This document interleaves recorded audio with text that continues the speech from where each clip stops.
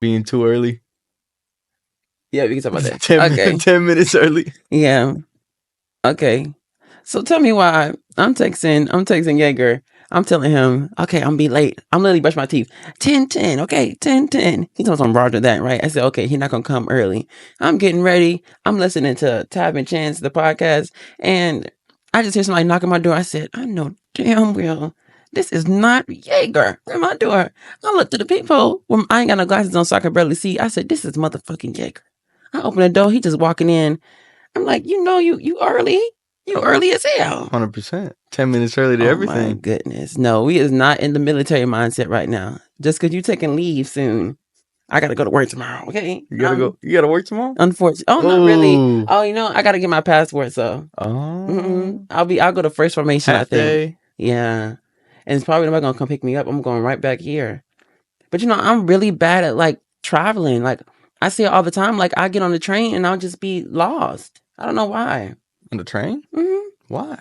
I don't know. I just sit there and I'm like, okay, I'm so anxious, right? So I'm looking at the stations of what's coming and what's coming and what's coming. And for some reason I will still miss it. I'd be so lost. Yeah, I gotta show you something quick. Okay. This shit right here has saved my life. You gonna talk about the subway thing? Yeah. Oh, that's Naver? Naver, right? I don't have Naver. So 10-second download, super small, easy to do. Let's say you want to go wherever the hell you're trying to go, right? Mm-hmm. This is where I normally go. Put Seoul. Well, where at in Seoul? I don't even know what it like Myeongdong? I don't even know what it. Right. I'm leaving tomorrow. I don't even know where it's at. What? I don't know what passport place there. I gotta go ask. Passport place. The passport. Oh, passport. Oh, the embassy. Oh, the embassy. Yeah, you'll be getting your passport at the embassy. U.S. Embassy. Oh, it's right next to us. Right next to who? It's right next to base. Who embassy? The embassy. Not our embassy. USA and Korea. Embassy of But USA I need to go Korea. to the one in Seoul. Okay. All right, gotcha. Because I don't think that one does it. Then we will look. Oh, is that it? Oh, yeah. That is the one? So 2, right? Then you click this. How long is it going to be to get there? See, this is Subway. Is that an hour? 73 minutes. Oh, my goodness. Right? And then here, this is the best one for you. So that's an hour and 55 minutes total. Mm-hmm. And it shows you where to get on at. And it shows you where to get off at. Right here. So all you got to do is look out for that station on that monitor up top. Mm. Then it'll take you down. And it'll show you where to walk from the station. I got to walk to another station? No. You just walk from the station to the place. To the next place. Yeah, okay, that's better then. It'll show you a walking path. It shows you where the train goes, everything. I've been needing a step-by-step. Like, I'm the type of person where if you're going to tell me to do something, I need to know exactly everything. I mean, if you say look to the right, I need to see the pizza shop. I need to see everything, okay? I need to see it all. It depends on how well you want the task done for me. Oh my goodness. Like, in what way? If you tell me to go shred up that stack of papers, right? Mm-hmm. If I don't know that there's a paper shredder, right, I'm gonna sit there and rip it. I'm gonna sit there and rip that paper. Right? No. As to where you would be like, well, what you want me to do with that? Like, how do you want me to? What? Yeah, I'll ask some questions now. I ask questions. Mm-hmm. I feel like asking questions for me is too much. Why is there like some traumatic thing that you're scared to ask questions? Nah, maybe, but probably not because, like, you tell me to do something. Oh, okay, that's it. Okay, and I'll go do it. I know. If it's not done the right way, you should have told me the right way the first time without me having to ask. Yeah, but I'm the type of person where I ask a lot of questions. Sometimes it's a bad thing. I know I was in high school. I had some teachers, maybe like 1 or 2, who I guess they wanted you to be more individual, like think of stuff yourself. And I do that. But when it comes to like work, I wanted everything to be perfect.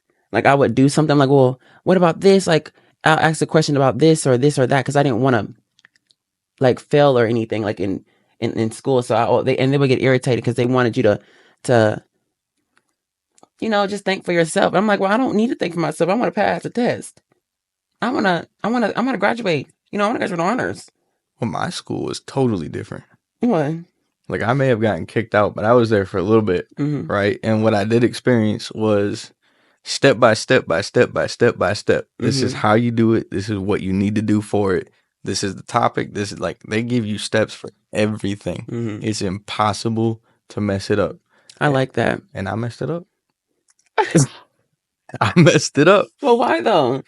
Because you didn't ask questions? No, I had, I struggle with learning when it comes to paper, right? Paper and electronics. And you tell me to sit in front of a book and do something that doesn't interest me. I'm not gonna.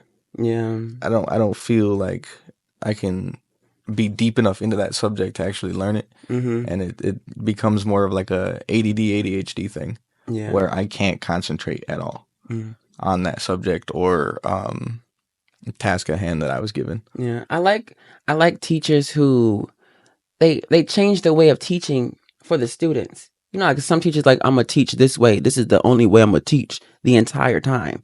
And like some people, some students, they can't learn the way that you want them to learn. I know I had one teacher. I was in 12th grade, and she was my math teacher. Homegirl, the way she talked, she was just like, if she could have had a job of making people go to sleep. She talked so slow, and it was so eerie but so calm at the same time. And she just, the way she would talk and move, it's like, damn, are we in slow motion right now? And then everybody would be going to sleep and stuff. We'd be so tired. And you know, it's math. You know, you can't mess around with math. Some classes you can mess around and like, you know, doze off a little bit. But in math, you go to sleep for 2 seconds. You lost. You done missed out. It's got so many steps, you know? Yeah. Step 1, step 2, you got to do this. You got to divide that. Then you got to multiply that. It's like, I can't do it. Well, that reminds me of my English teacher, who was Miss Shaw, or now it's Miss Anderson. I don't know if she still works there or not, but absolutely lovely teacher to an extent. But To an extent, it's crazy. but when she taught class, she did it by the book, right? It was English, so she'd either read the book or go through whatever it was we were doing, explain the task, whatever. But she did it so slow, so long, but it was extremely detailed. The only thing that kept me awake during that time is every time she made the S sound, it whistled in between her teeth, and it was so annoying. And I think that's the only reason why I was able to stay up and half pay attention to that class. Because that class made no sense to me. I do not understand English at all. But if you look at the way I write, you'd have thought that English was my favorite subject in school. Yeah. I feel like there should be a middle ground. I feel like we should have a conversation, just like people in charge to have a conversation about like how we change the way we teach, because they don't realize how much education is so important. They say education is important, but they don't really know that this generation is learning differently than previous generations. You know, like we don't do the same things that we did before. Sorry, Mac. With the MVG training. If he'd have done it by the book, all of us would have been passed out. We'd have been 100%. We'd have been pushing. And it was late at night. Right. We had a whole work day. I couldn't did it. But this man thought of a way to keep us entertained and still learning. Educate. About learning and being educated on the equipment that we were supposed to be using. I like that. I like how we have different people. They understand that everything isn't going to work how it worked before. Right. And even then, it didn't even work well. But they realize that we're a whole different generation, and we're not going to sit here and listen to you talk about that the entire time being focused. There's so many times we had classes for training in the military, and it was just like, okay, I really didn't get nothing from it, you know? Weapons classes. Yeah, 100%. When we sit in that room and we take apart, answer all these random questions that we really don't know the answers to, and it's just shotgun training, where it's just a shotgun blast of information, and they just expect us to pick up on it and know the answers. Yeah, they said, take this apart, Smith. I'm looking at the weapon. I'm like, take one apart. Okay, what do you want me to start at? Because I don't even know where to start at. Right. But I tell you, I'm just the military. But yeah, I done told you offline about me going to Alaska. I'm pretty sure that is gonna be my next duty station. I don't mind being overseas though. I don't mind it no more. Alaska's cold. Yeah, but it's like I got used to it now. Like my home is cold, Like I live northern Wisconsin. It's cold almost year round, right? We get 70-degree summers at the max, but it's cold. You get in the winter, Oh yeah, that's like frostbite. You stay out too long, you done. Yeah, you done. It's a lot of benefits going to Alaska though. The disadvantages is, you can't get everything mailed to you. Like it's like some places, like some things just can't get mailed to you because it's Alaska, and it's like so much going on. But then there's like other things where like you get more money because you can't do that. I need to stock up and save a little bit more because I done been spending too much here. Yeah, that's how I feel. My bank dry, absolutely nothing.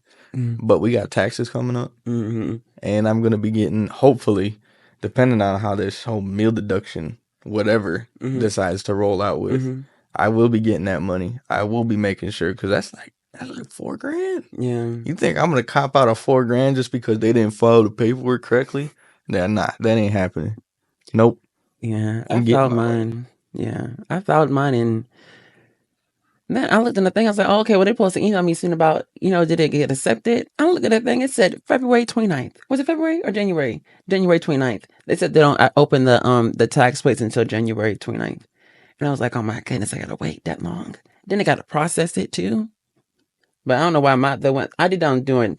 I asked Sarah McCall, I was like, well, what's the free site for the military? This man said TaxSlayer, so I thought that was the military one, right? Yeah. Because this was before Sarah Bass said it in the cacao. Yeah.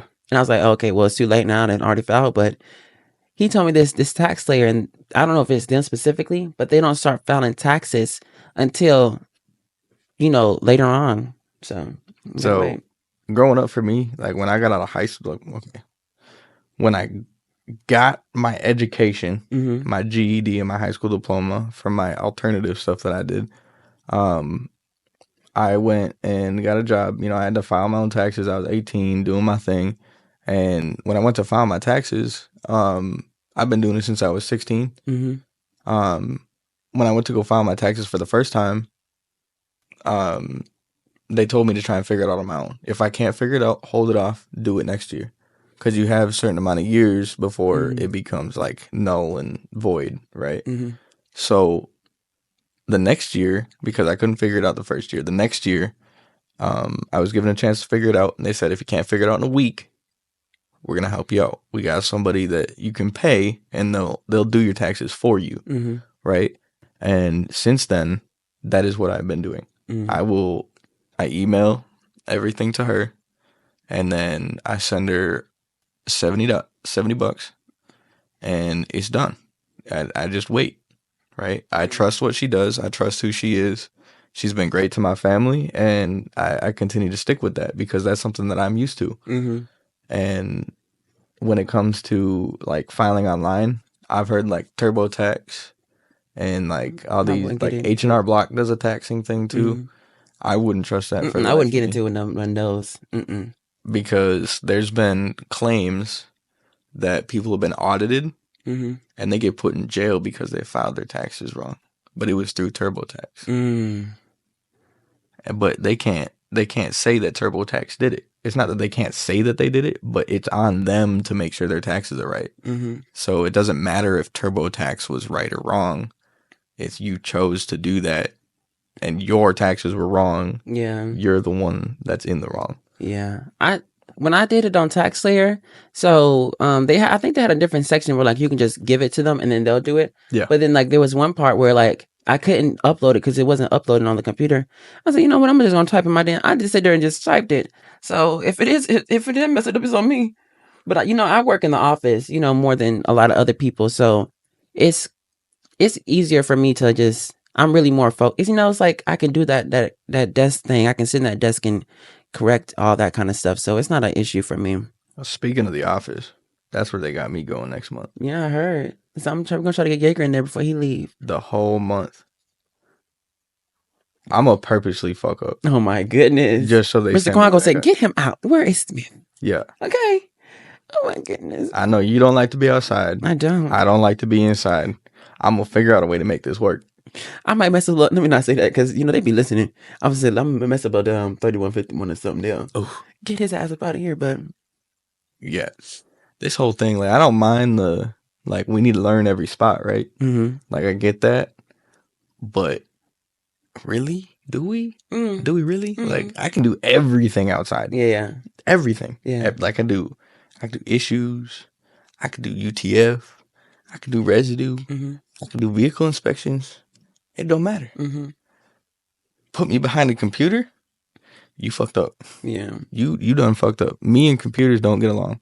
I'm like a 90-year-old man that just got his first phone, like smartphone, right? That been using a flip phone his whole life. Yeah. Started off with Alexander Graham Bell with his the whole fucking ring, plug it in. Like, I would like to be directed to with this line, right? And they just got to be there at the right time. I ain't like that. I can't do that. Nope. I function like an old man in my brain. Like, I do the outside stuff. It's hands-on. It makes sense.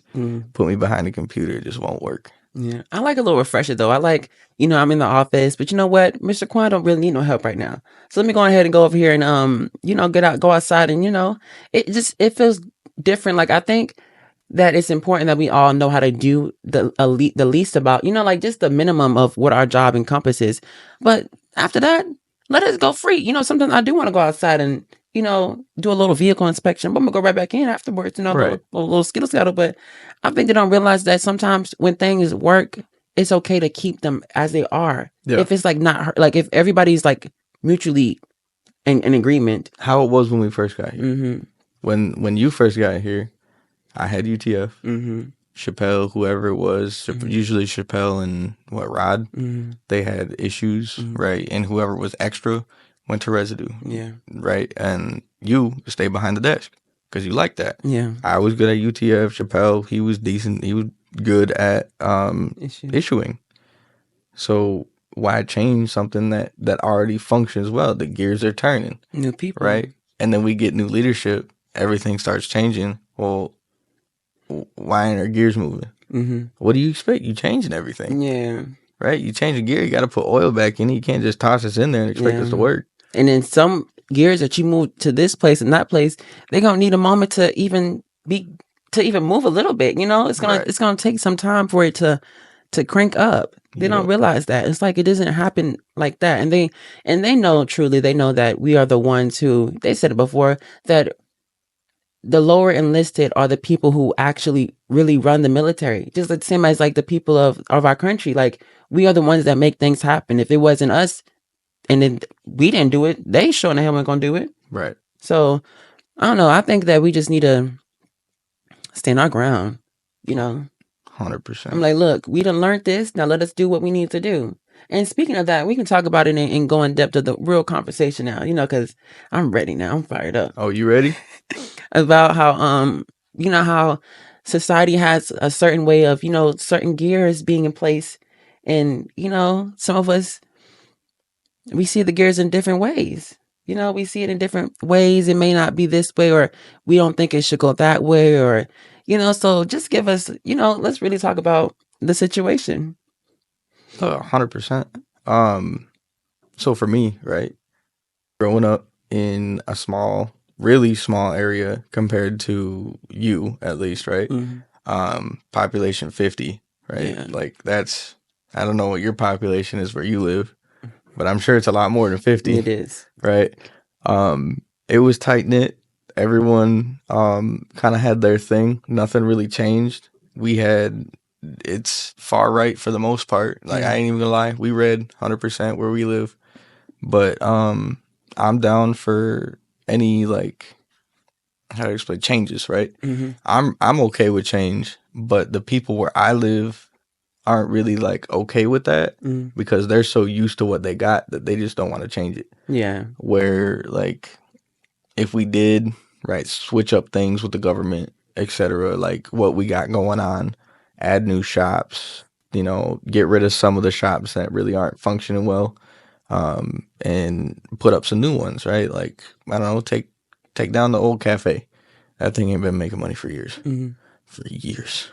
It's just the same old people that go in there every morning, drink their coffee, get their eggs and hash browns, whatever it is, get out of there, come back. And it's wild to think that I come into this world in the Army, right? Yeah. And I meet people like you and Chappelle, Rodriguez, right? Y'all kind of from big areas, Yeah. right? Like big area. The biggest area I ever been in was like tiny compared to what y'all got. But it's the ideas that come out of each spot blow my mind. Yeah. And how I was raised versus how y'all was raised in the city is huge difference on impact on how we think on things, right? At work, what I might think is like common sense, right? To people in the city, it may not be, right? Like for me, right? For some reason, this car's smoking. All right, well, I'm gonna open the hood, look at everything as to where like someone who wouldn't know anything about cars, right? They would call someone right away instead of looking to see if it's an emergency first or like etc. They would call someone, hey, this is happening. What do I do? Where I would just try and attack it because I know enough about cars because I grew up sustaining myself. You got to know how to take care of a car, a house. You got to do all these things on your own. And there is no calling somebody else because we don't have someone else. And it drastically changes the way people think. Where you guys in a city could get help for anything. Because you guys have outlets for everything. Yeah, easy access. Right. And we have ourselves. Yeah. Like I hunt, I fish. That's my food. That's the majority of my food for the year. Yeah. We hunt for the winter, deer hunting. We get venison for the winter. And that's what we eat. And to some people, that's crazy. Absolutely wild. You killed that? Like, yeah. Like that's normal for me. Yeah. But it's crazy to think for me that other people would never even imagine of like hurting an animal, right? And I say hurting in that way because to me it's natural selection. I'm not really hurting the animal. It's just the way the world rotates. 100%. I think you can get into like the specifics of like how some people believe, how vegans are. Some people believe like, but when it gets down to it, it's like all of our bodies are of how we live, like we're meant to continue the cycle of, birth and then death and like, it's interchangeable. It's like a cycle over and over and over. But I want to go back to what you said in the beginning about, just where you're from and like comfortability wise of like how people are so used to a certain way. I think it becomes a bigger issue is when we stay so secluded. Like, where you're from is what, Wisconsin, right? Yep. Like central Wisconsin, middle of nowhere. Yeah. Like where there's like that same mindset. I think that's when it gets such a bigger issue of why we can't like, I guess, be different and agree because we don't see enough of each other. We don't live, like I and people can correct me if I'm wrong, but I never seen actual change until, in the Civil War where they were all fighting for different things really, like, Right. the North and the South, but the South, they were kind of like, racism was still there, right? 100%. But they use the slaves and then the people who were fighting against the North, they came together. And then there was a sense of connection. And at some point from living together and trying to survive together, they understood that we may not agree on the same things, but we're all moving towards the same path of wanting to live and be happy. 100%. So I think that when we talk about why the country is still so divided and there's so much resistance is because we don't have enough of showing different kinds of people. You don't understand this person. That's why when you see them, you're like, randomly someday you're like, okay, well, now I'm conflicted because it's more so of an internal war for some people because they don't, it's not comfortable for them, and that's fine. But the issue becomes when we let it become a physical thing or a thing where you have the intention of hurting somebody. It's okay because there's times when like I don't understand people. Like I had to sit down and be like, okay, well, why did this person think this way? They're not me. Right. So like I have to find out, why does this person think that I shouldn't be happy or I shouldn't do this? Like, why do they think that way? I had to ask myself that. Well, where I'm from, right? So we're talking about like differences in the communities and why we can't connect, right? So in my community, it's predominantly white, right? Straight, like it's what you would imagine the far right would be, like the far right, like extreme right. Predominantly white, straight, like it don't get more right than that, right? It really doesn't. Yeah. We all got guns, we all got, like, it doesn't matter how you see it. That's what it is. And we have, right, African American Black families around. We have Hispanics and stuff like that, but they're not like out there. They're kind of closed in. I don't know if they don't feel comfortable in the neighborhood, or if maybe where the people that I know just haven't gotten a chance to associate with them at all. But I haven't seen in my area any African American people out, or Black people in general, out in public, right? Maybe during a parade, right? I might see it, but for all I know, they're from out of town. But when I went to school, we had 3 out of our whole school that were African American or Black, right? The rest was Native American, white, and Hispanic. Real low on the Hispanic, like maybe 5-ish, depending on the families. But we didn't have a whole lot of conversing between cultures. Everything was still kind of stuck in the far right. We're stuck in the straight is the way, like things like that. And I grew up with that being uncomfortable for me. I played video games a lot, so I live in a country, not a whole lot of people around me. So growing up, I didn't have anyone else except for the people I knew on my Xbox. So where they're from kind of came into me. So they're telling me about how they have like all these like African American Black people. They got I'm talking to Hispanics. I'm talking to all sorts of different people from different backgrounds all over the world. And it blended in with me, and it helped me understand culture a little bit more.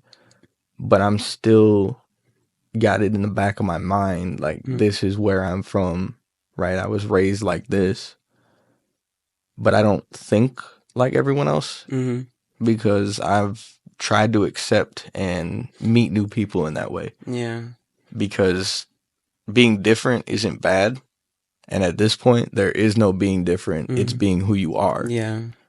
There's no difference between people. You are who you are. Yeah. No one's the same. No one's different. You a human being, I'm a human being. But the way we grow up, the way we're raised, what we know, everyone's upbringing makes who we are. And I think that's where people get confused on where it can be different, as in you are who you are versus difference, you know? Yeah. Because, okay, first Aunt Willoughby, right? Right, first Aunt Willoughby. Yeah. Like, bring him up. A lot of people would think he is way different. And crazy. They think, oh my God, this, I mean, there is something wrong with the man, 100%, but they would think he was like, he's really crazy. I mean, he is, but, I mean, so they're not wrong, really. So you think there's something wrong with him? I don't think there's. And to me, it's normal to see people acting like that. You know what? Like, when I first came here, I was like, there's literally something wrong with this man, right? But the more I spent time with him, and the more I spoke to him, and the more I really understood him, I was like, he's actually better than a lot of people. 100%. Like, there's NCOs that, we're not going to say names, we're not going to throw nobody in the mud, right? But yeah, no shade. He is 100% for the soldiers, for the people. Like, oh yeah. And that's just, I don't know. I just like First Sergeant Willoughby, he was a fresh of breath air. Like I don't know how to say, did I say that right? Breath of fresh air. I said what I say. You said it backwards. Fresh of breath air. That's the dyslexic coming out. Okay. Hey. Anyway, and he just reminded me of the world, especially coming from AIT basic training. I talked about it before in the podcast. I was in a conflicted mind state of what I expected. I don't want to talk to anybody who didn't understand me or who wasn't similar to me. And coming here and just being so much more aware of just diversity, right, different people. He put himself in a position to where I'm here. I'm not trying to be anything else. I'm not trying to force who I am on you. right. I'm just going to be myself. And if you like me, you like me. If you don't, you don't. And he was just an NCO who set the standard of what I expected any NCO to be like. And it was hard for He was the standard. He was the motherfucker. He was the standard. Okay. I know he had a little mouth, right? He had a little mouth. Ooh. Little? He had a big mouth. Oh, hell yeah. Yeah. But he genuinely cared about the soldiers. 100%. He cared about us, and he knew what the hell he was talking about. Yes, he did. He did. And after he left, I was like, okay, well, y'all gotta, what's going on? Because they don't make him like that no more, okay? So he went through a lot though to get where he is. Yeah. Like he was probably, I think he was one of those soldiers that they thought that, damn, he been through a lot. I think he kind of deserves this promotion, right? Like I'm sure he did his due diligence to get what he needed done. He is that kind of person, right? He likes to be boots on ground doing what he needs to do. But that he's normal to me.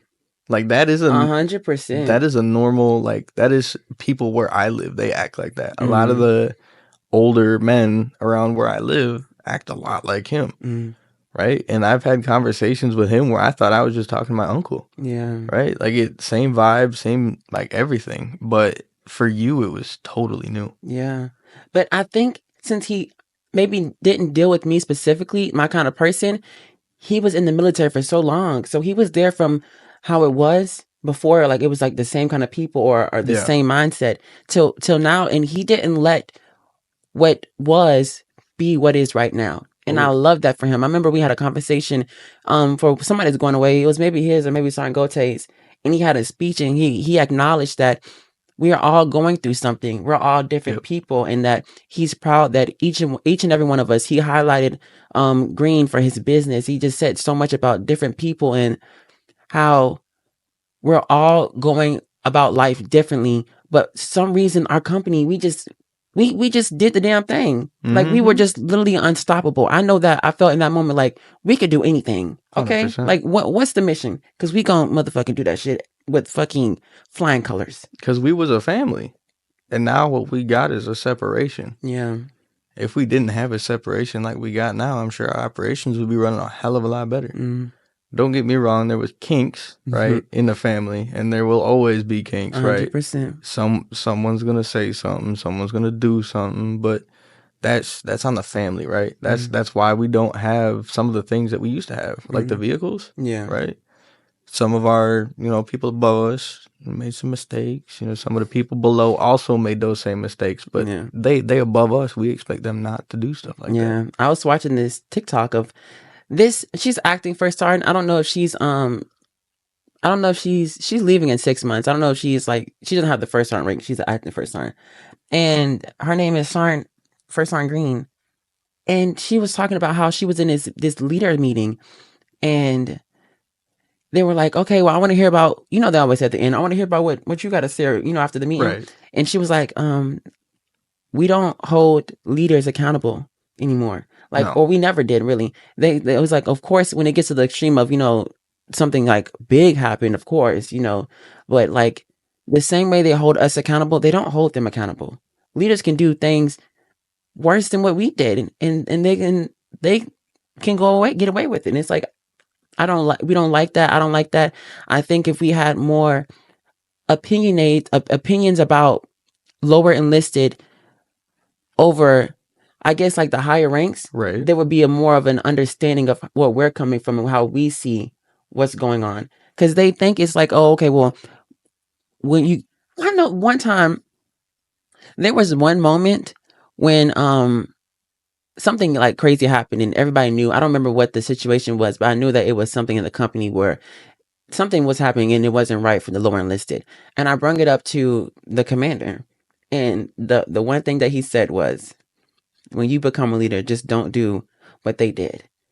And so it's like, okay that they're doing it? That's what I'm saying. I didn't, and it really made me mad. It really made me upset because I was like, Yes, if I become a leader, I'm not going to be who they are, right? That's how you learn who you want to be from people who you don't want to be like. Right. But we don't need to let that be an excuse for them continuing on. Well, just don't be like them. Well, what about right now? Because that's who they are right now.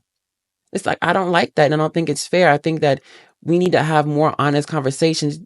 A lot of people don't even know that there's a reverse counseling, that you can do a reverse counseling on your NTO or your higher ranking person. Like, I got one how are rolled you up. doing?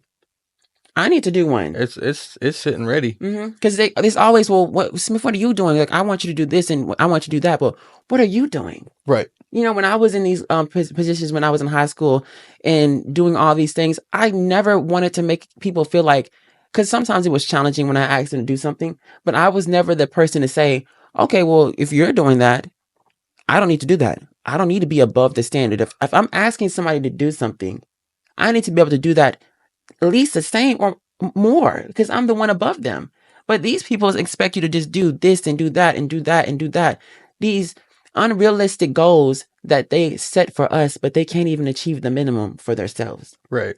And that's like, I think, one of the biggest downfalls of the United States, of our army. That's why a lot of people aren't joining the military. And that's why some people are leaving. Look at Staff Sign. Right? Staff Sign. I brought up an issue to him. And I don't know if you were there or not. You might have been at an appointment or something. No, you were there. You were there. In the break room. I brought it up to him like that morning. I said, I have a counseling written up. I don't know if this is like the correct route, but if there's another way to fix it, I would rather do the other way, because I'm trying to better my NCO for her and for us, right? And he brought it to all of us, like that day. He brought it to all of us, and then we had a chance to voice our opinion. Now, some people are scared to voice their opinion. Yeah. Right? Some people don't want to say anything because they don't want to be the trouble. But if you don't say anything, your problems won't be fixed. So when we had that conversation, he went up immediately after and talked to the NCOs. Like that day, it all got situated in that day. And being honest, since then, has she acted better than she did before then? She's acted better 100%, but it wasn't, I understand when you have a conversation with somebody, say they're stuck in a way of doing something, and maybe they don't know, maybe they do know. Right. Either way, it's going to take time for them to come out of who they were before. You know, it's not like a thing where, like, it's not instant. Yeah, you snap your fingers and you wake up. So I was going to say I've seen improvement, but she's still done things that... But it's far less frequent than it was before. Yeah, that's what I understand. And I have to just sit back and think about what I'm saying and who I am, and am I the reason why a lot of people can't change? You know, am I... Because when I made a podcast episode when I first started, it was when I was most conflicted, when I had the most resistance about saying I was for the people, but I really wasn't. I wanted people to understand my side of what I went through. Yep. And it was my only way, like, no, this is how I feel, and it's your fault that I feel this way. And I'd be like, this is your fault. You know, I was like I was playing the victim card. And I made a podcast meeting people where they are, like understanding who this person is right now. That's who she is right now. But we have to be okay with not accept her actions, but accept that something made her that way. Right. Something conflicted her to feel where she feel like, or anybody conflicted them to feel like they had to act this way. That's why when I say trauma or something happened to somebody, we don't realize that could be a trigger. Yep. That they could be going through something that is causing them to react and treat people that way. So I just wanted to say that meeting people where they are was a perfect highlight of my current situation. And it's something that it goes about my life every second. I have to sit and think about, am I the reason why the world isn't changing? Because I'm stuck on, this is who she is and she's never going to change. Well, next time, right, if you have, let's say you get tasked with something that might be like unrealistic, or you're given too many tasks and you can't handle that in the moment. Hey, Sean, can I talk to you in private real quick? Take like 5 seconds. bring the sergeant over. Hey, like this is my dilemma right now. Yeah. Is there anything that we can do to fix this dilemma? Like I will do the best I can to get whatever it is done. But there are some things that I'm limited to. I can only do so much right now due to these circumstances. And what I think personally a good NCO would understand, 100%, work with you, like, okay, we can find someone else who might be not doing anything. Yeah. Or there's too many people in one area, right? Like we don't need 3 people in residue. Yeah. Or crazy. 2 people even. One person for fine. paperwork. And pull someone, right? Hey, we need this done. Okay, cool, no problem. Like I was asked to, during my working day, I work at UTF, so I'm busy all day, right? But one day I was asked, hey, can you get this, I can't remember if it was a 3151 or, what is the transfer document? 5115? 5515? 5515, yeah. The 5515 for the AHA. Mm-hmm. At the same time, where they wanted a detail, they wanted me to do it. Mm-hmm. And then I would send it up to Sergeant, and then Sergeant would sign it saying they did it, right? When that's their task. Mm-hmm. But I was tasked out to, what's that word? Delegate. I was delegated to that. Mm-hmm. And then they take the responsibility of it, saying that they did it. Now that could be a good thing or bad thing. It's a double-edged sword. Yeah. Right? It turns out great. It makes the NCO look good, better. But there's no credit for you. Mm-hmm. It turns out bad, right? The NCO takes the fall and you don't have to deal with anything. Or they'd be like, well, I told this soldier to do it, and that's why it's messed up, right? So it could be on the NCO to accept it if there's an issue. Like, hey, yeah, I did this, right? Keep looking out for the soldier. I'll fix it quick. Yeah. Right. Or if it's good, this soldier did it. Right. It's not, an NCO can take a lot more hits than a lower enlisted soldier. 100%. And that goes back to accountability. Like they don't have enough 100%. accountability and leadership. And then that goes into the state of our country. You know, when we have these authoritarian positions of leadership and just like parents and all this, they're so conflicted when you have an opinion that's not theirs. Yeah. They feel like they're being attacked. Oh, I can't have an opinion. It's like, why do you feel like me saying how I feel invalidates how you feel? Because we can have opinions, but there are opinions. That's our perception of life. You know, I had to get to the point where like, well, this person, this is how they lived. You know, like this is how they live. When, you know, that we could talk about the situation right now about the second one. Let's talk about the second one first. About when I was in the office, in Green's office, we were just sitting there, right? And you got on the phone with somebody.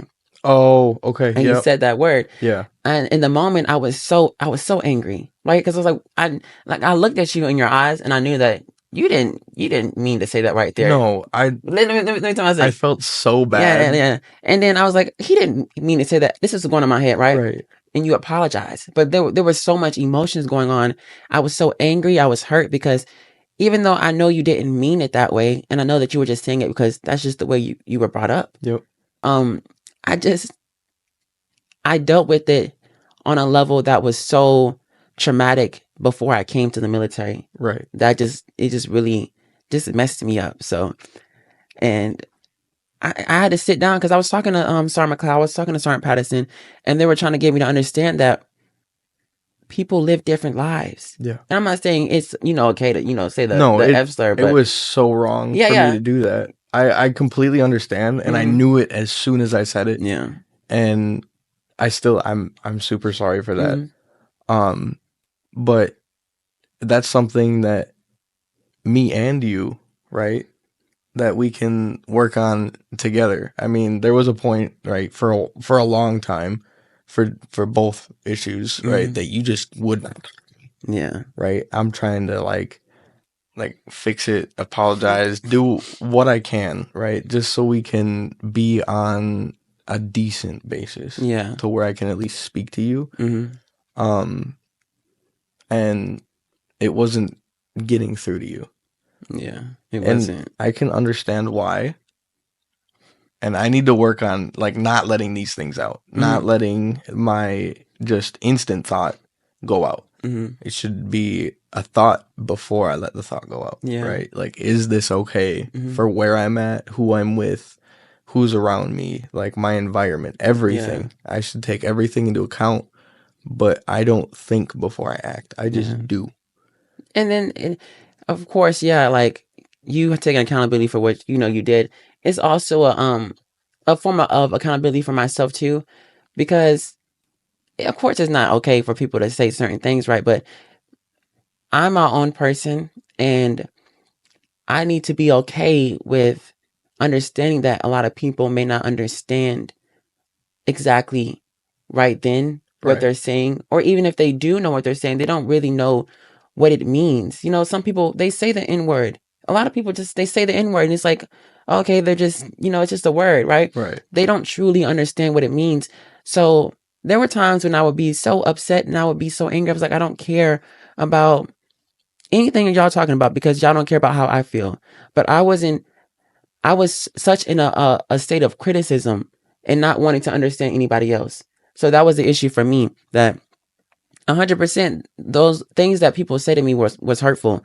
But how am I opening up so that they can understand me too? This thing you said about the NCO, talking to her behind closed doors and getting her to understand your point of view. Like, we need to be able to do that with anybody and everybody, even if we don't want to have a personal relationship with them, just even a work relationship, some level of understanding. Right. This could be anyone in your life. Yeah. It could be mom, brother, sister, cousin, mother, anything. It could be a coworker. It could be a best friend. It could be someone's friend that you just met and they said something, but you feel like something that you need to be said is expressed. Right. And it doesn't have to be an open in front of everybody. Yeah. It can be a quick, like, hey, can I talk to you for a second? Or if you need a mediator, bring that person that might help, that connects you to, right? Come out with you and be like, hey, this topic's going to be just a quick, it might be a little rough for a second, but I just want this to be understood. And it's applicable anywhere at any point in time for any reason,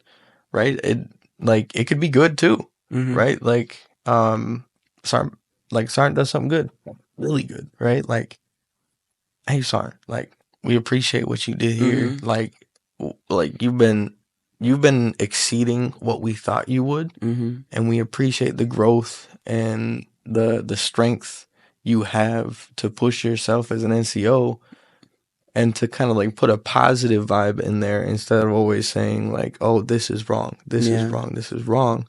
But like, we appreciate that you're trying and you're doing your hardest. And that for a family friend or a family, right? Like I love you, like we're really close, or maybe we're not close. Like, I want to be close, but this is something like I see improvement in. Yeah. It's not always a bad thing. And that's the best part about, I think, being human, is that we are who we are. And regardless of who you are, having a conversation with something is something that you can do with everyone. Yeah. Blind, deaf, mute, whatever it is. You got sign language, you got text, you got shit, that's all you really need. Yeah. I mean, unless they both, then you got a problem. Then you need to learn what is it? Sign language. Nah. What are you talking about? If they blind and deaf. Oh. Right? They got that. They got like the finger thing? The hand thing, you can feel like the prints on the hand. Yeah, I don't know how they do that. They some amazing people. They can, feel with their fingers what the thing is saying. Right. That is so powerful. But I wanted to go back to the thing before because the topic it's about to be a shift. I could feel it. Okay. I want the topic change. But you know how you were talking about us being comfortable with addressing issues behind closed doors and in front of, and like just in front of people. I think that goes down to people being afraid of their opinion not mattering. They're either afraid of it happening because it happened before, or they're just worried that it's just not going to matter. We have a soldier like that. And he's leaving soon. Yeah. He doesn't say a single word about anything. It's your life. I'm just living in it. Yeah. He doesn't bring up any problems, no nothing. Now, it's appreciated by the NCOs. And that's the topic I said before numerous times. The people who say the most sometimes, I mean, of course, like, there's like a limit to like the shit that you say, of course. But just like realizing, I don't know how to say this. Realizing that the people who are actually like me or like you, who are saying these things or bringing these things up to conversation, there's some people who think that we're the issue, that we're the problem because we're bringing things to light. Right. And it's not the case. I think that I made a whole podcast about covering and exposing, like the differences is like, how everybody just wants to cover. An NCO makes a mistake or a higher leadership, let's just cover it. Okay, next time, like, oh, well, it won't happen again, or there's not enough accountability. Mm-hmm. But there's people like us who choose to expose things around us. Like, we're not going to just sit here and just, if the shit don't make sense, it don't make sense. Let's have a conversation about it. Like, it's like even the leadership, like they feel like they're just away from it all. Right. Like they're just up there. Out of my hands. Yeah. Right? Like, we gave you a task. Do it. Yeah. Right? If something happens, that's on you. Why is it on me? You're the one that's supposed to be in charge of me. Why does it have nothing to do with you? Yeah. Yes. Oh, that's crazy. That is crazy. 100%. I mean, we got people all over the place. And I meet every day. I meet a new sergeant or a new private specialist, whatever. I meet a new person every day working outside. Mm-hmm. They either come in as part of the work or they come in as someone who's signing, or maybe it's the only two on the job because that's all they got. Mm-hmm. But I learn about every unit that comes through. I talk to them. I get to know them. But if you aren't going to be respectful, if you're not going to understand what we're trying to do for you guys, and you're just being a rude, arrogant, just asshole. Yeah. I mean, I'll find a reason to send you back. Mm-hmm. But I want to get you out of here just as much as you don't want to be here. Yeah. And some of the units that I work with, I've met sergeants that they're so kind and like wholehearted that it's hard to see that they would ever go to war. Mm. But I've also met sergeants that are so strict and to the point that all I can see them being is in war. Mm. And the in-between is where I feel like we need to be, because, yeah, we're soldiers, but we also got hearts. We're also people. Yeah, we're people. That's they think, we're machines. We got to be this way. Everything got to be clean cut, like exactly by rudiment. But then there's no conversation or no understanding that we're all people. I think that's where a lot of growth is going to happen, when we get to the middle ground of, okay, well, this is all that we can be, but we also need to be like, there's a level of, we need to achieve some kind of skill because we're in the military, right? Right. But it's also a point to where we need to be able to grow as people too. Like, we don't need to have this thing. It's like, needs to be equal. It's like, well, this thing is too much, or this thing is like, it's like, have a middle ground of an understanding of what all that we can be and all that we can do. They just want something. And that's another reason why there's so much resistance in leadership, is because it's okay to have different opinions about how leadership is run. But it's when they get in these places of power, and then it's like, well, I want it this way. It has to be this way, because everybody got a different opinion about how it should be. Right. And then it's like, they don't take into account that we're all people, and that, what about how we want to do it? They don't ask us how we want things to work in the ASP. They just say, this is what they send a text out. This is who's going to be here. Why can't we have a conversation? I know it's like, well, we're in the military, but we're changing, and clearly people are leaving the military or not joining. So there's some kind of issue. Like, let's find the issue, because it's not what you think it is. Right. We've gotten to a point to where nobody wants to go do anything. They don't want to work. Yeah, that's 100% the case too.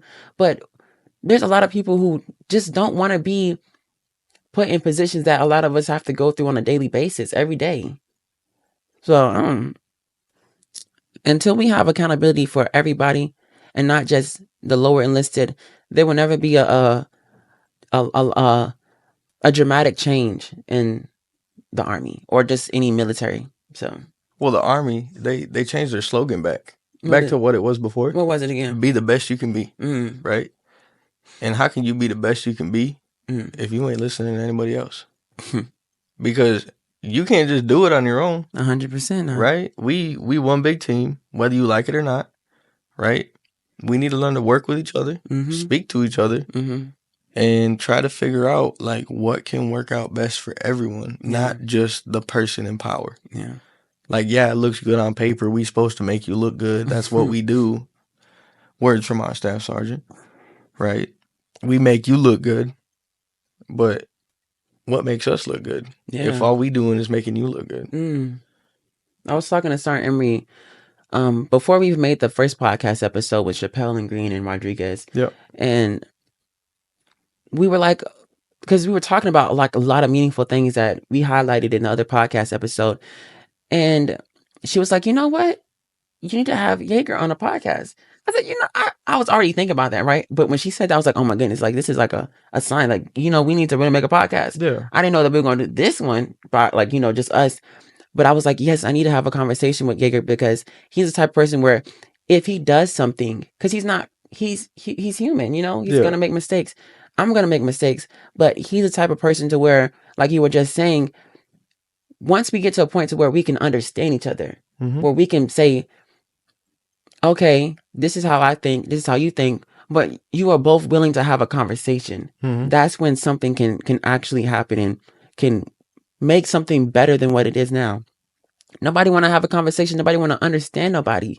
That's where the issues are. So I think the first thing that we need to do as people, and it's a everyday thing. Because every day I'm trying, and I fall short. You probably can see me where I don't care enough about, in the moment, I don't care enough about understanding other people. That's usually the end of the day for you. Yeah, you've like had enough. My brain can't even process 100%. Anything no more. And I'm just like, you know what? Just I honestly try every day, and it's like one of the most exhausting things I had to do was just trying to heal from things that I had no control of.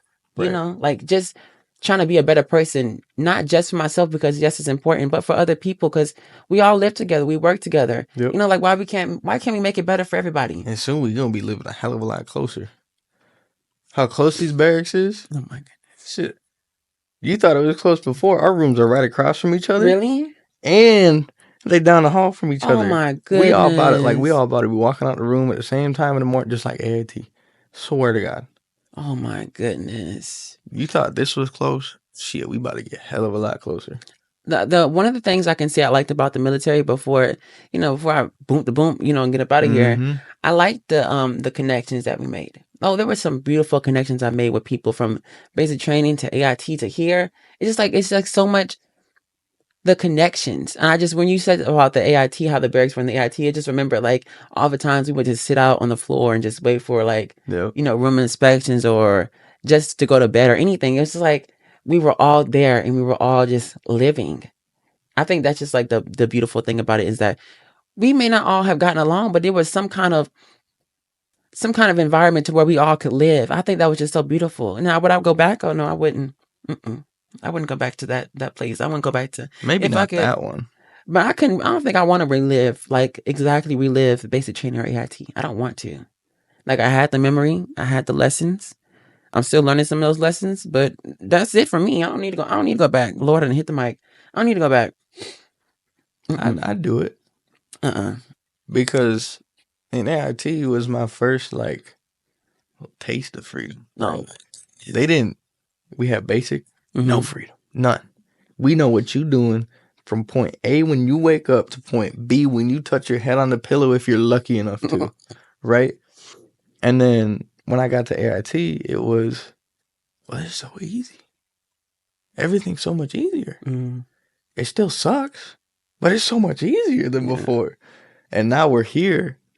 And I think sometimes we take for granted how much easier it really is. Like if we were still there, Yeah, see, yeah. I'm saying with them type of leaders. Oh, right? The AIT leaders, yeah, in a good way, like the drill sergeants. Good way. Like I'm talking drill sergeant Colvin. Oh yeah, drill sergeant Mason. That's one of the reasons why it was better, because we had NTOs where like they were going through what we were going through. Would you say they'd be a lot like Staff Sergeant? 100%.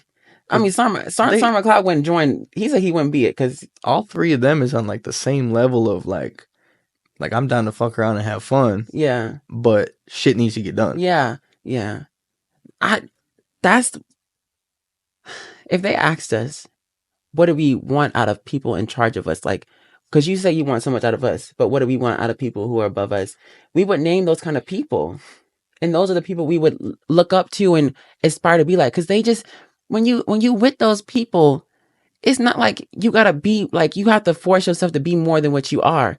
They expect you to be more than what you are, but it's not I gotta make myself uncomfortable. I gotta accommodate and just overly give myself, Right. So I don't know. I really appreciate them. They really made it good.